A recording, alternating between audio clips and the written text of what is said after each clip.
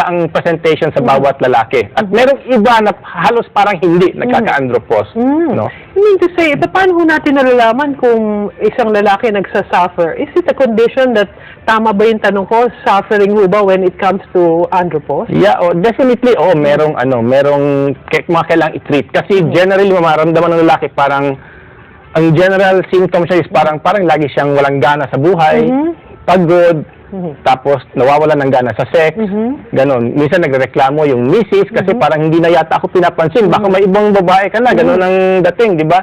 Pero actually yun pala dahil nagsisimula na siyang mag-andropause, no? Pero nabanggit nyo, even as early as 40 and as old as 80, pwedeng hindi pa na...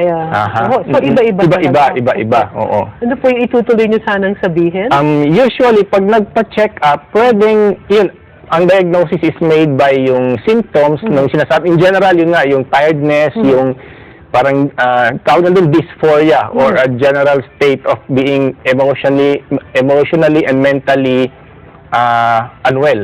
Parang depressed ka, parang ganun. Plus yung nga, walang gana sa sex. Iba siya doon sa erectile dysfunction. Iba yun, ibang ano yun.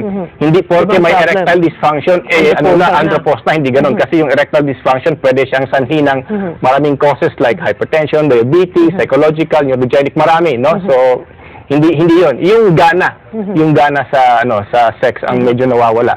Plus yung general tiredness na parang lagi siyang pagod. Yun ang in general mga symptoms. Plus may iba pang mga ibang symptoms, irritability, may mga ganon. So hindi pala sa mga kababaihan lang nakikita yung irritability. Hindi lang. So mga kalalakihan din. Meron Kaya din. ang mahirap hanapin yung akmang taon nila dahil sa kahit pa paano sa mga kababaihan na pupursige na natin when they reach a certain age.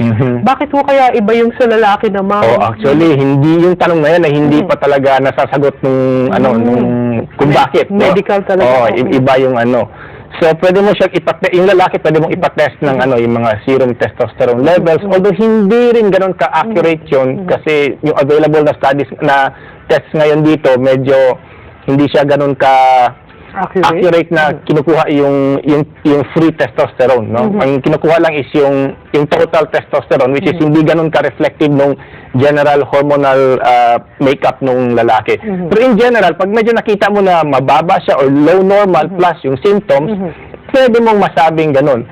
Pero, ang naman, sabi naman sa mga libro, kahit pa na normal yung testosterone, symptoms parang feeling mo mukhang nag-andropause. Kahit na wala kang evidence na mababang testosterone niya, pwede ka nang pag kumbaga sa Amerika kumbaga pinapayagan nilang mag-treat nang bigyan mo ng 90-day trial ng mga testosterone supplements. No? So meron yan, may mga tabletas, mga tawag capsules na iniinom, tsaka yung masikat yung injection kasi every 3 months lang binibigay.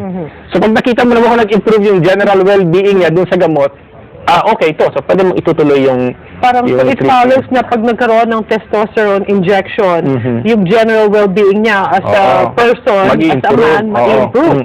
Pero hindi pala natin ito pwedeng sabihin dahil sa andropause pa rin. Dahil mahirap pala, no? Mahirap talagang sabihin. Ano po naman ang mga tinatanong ng yung mga patients niyo? I'm sure pupunta yan sa inyo o kaya yung mga misis nila na there are several siguro indicators na ang isang lalaki ay nag-undergo ng andropause. Ano po yung karaniwan maliban dun sa feeling of tiredness? Kasi sa babae, di ba, yung irritability and all. Meron mo bang at least within age na bracket na makikita nyo, andropausal talaga yung nangyayari sa kanya, ito sa particular person? Usually, pag mga medyo talaga elderly na, 60s, 70s, ganun, tapos medyo grumpy old men ang dating, minsan magreklamo na yung mga kamag-anak. Ang iba naman, actually more often than not, ang konsulta ng karamihan is erectile dysfunction.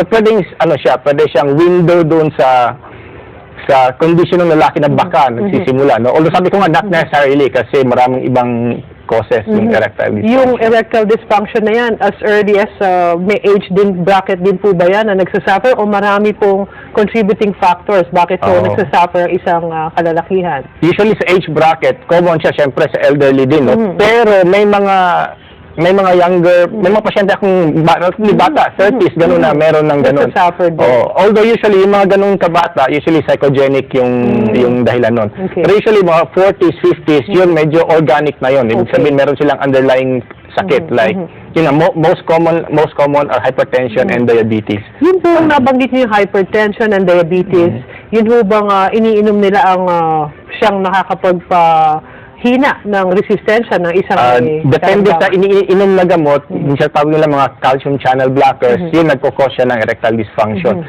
Pero aside from yung gamot, yung sakit itself, kasi maugat yun blood vessels yung naapektuhan. So yung sex organ ng lalaki, yung engorgement niya is yung mga blood vessels. So pag nagkaroon ng sira sa blood vessels because of hypertension, not necessarily dun sa gamot na ininom nila, talaga magkaka-erectile dysfunction. I'm sure sila. meron naman hong mga pwedeng gawin or Ngayon marami ng gamot para diyan ngayon, no? Ayun. So lahat ng mga tanong ng ating mga kalalakihan mostly at ng mga kataang bahay natin na namumroblema rin siguro po pwedeng hindi man nasagot dito. Baka naman pwedeng malaman saan po bang clinic nila at anong mga clinic hours ni Dr. Randy. Opo. Ang klinika po ay nasa St. Luke's Medical Center sa Quezon City po, no?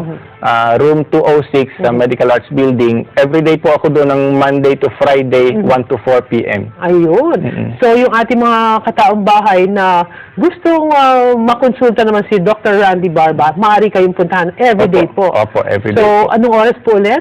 Every day? 1 to 4 p.m. Monday to Friday sa Medical Arts Building, Room 206. Ayan.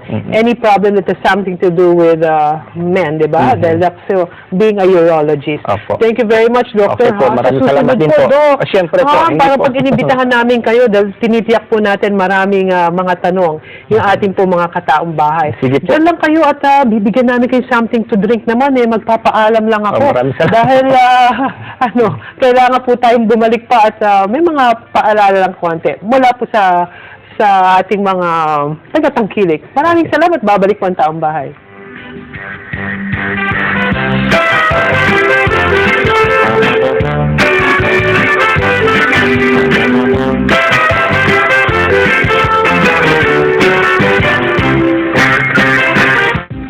Tinatawagan ang lahat ng aspiring singers.